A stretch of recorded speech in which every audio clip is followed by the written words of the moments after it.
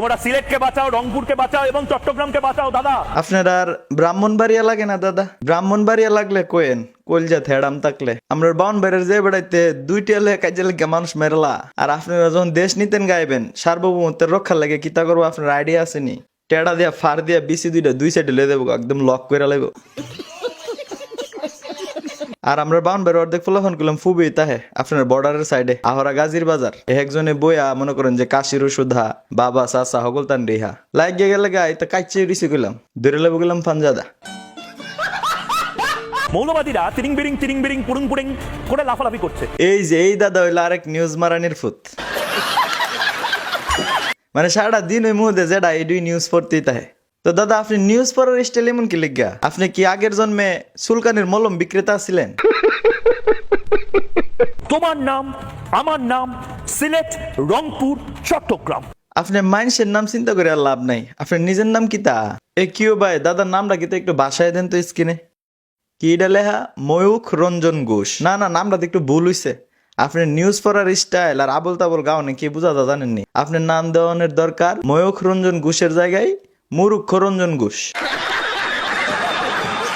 রংপুর, চট্টগ্রাম, সিলেট এই সমস্ত জায়গা হয়তো আবার হিন্দু ভূমি হতে পারে। এসব আজেরা ফেসাল ফাইরা মুসলমান আর হিন্দুরার মধ্যে একটা সাম্প্রদায়িক অবস্থা সৃষ্টি করার লাগিয়া এই আপনার মতন মুরুক্ষ রঞ্জন ঘোষই একদম পারফেক্ট লোক। আর নাহলে বাংলাদেশে এমন কুস্তা না। আর আপনি হেমদা যেভাবে নিউজ করা শুরু করছেন দাদা, মনে হইতেছে বাংলাদেশে কেমত লেগে গেছে গা। আরে কি একটা আলামত। ফাজিল তোর কপালে জুতার বাড়ি হারামি।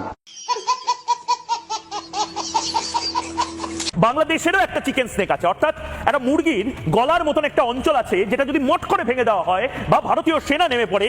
জি, ভারতীয় সেনারা বাংলাদেশের চিকেন স্ন্যাক ভাঙ্গা দিব। আপনার মতন আবুল তো হেরা মানে ফরালেয়া কইরা সেনা হইছে না, ওই আপনার মতন ওই মলম বিচ্ছা সেনা হইছে। আপনি সাংবাদিক নামে সাংঘাতিক মিয়া। বাংলাদেশ এদিকে কুস্তা না, আর আপনি হেমদা যে একটা চিল্লাচিল্লি শুরু করে নি আর বাংলা টিভির পর্দার মধ্যে আয়া। মানে হেরা তো আপনার দিয়ে হবন না পরে যদি মলম সলম বেচাইতো দিনে লাখানেক টাকার মলম বেচতালে নিলে। যদি বাংলাদেশের এই মুহূর্তে কোনো মৌলবাদী জবাব চায় বাংলা দেখেন, একদম চোখ বন্ধ করে নিন, চোখ বন্ধ করুন, একদম চোখ বন্ধ করুন। ওই দেন তার কথা কওয়ার লক্ষণ দেখেন।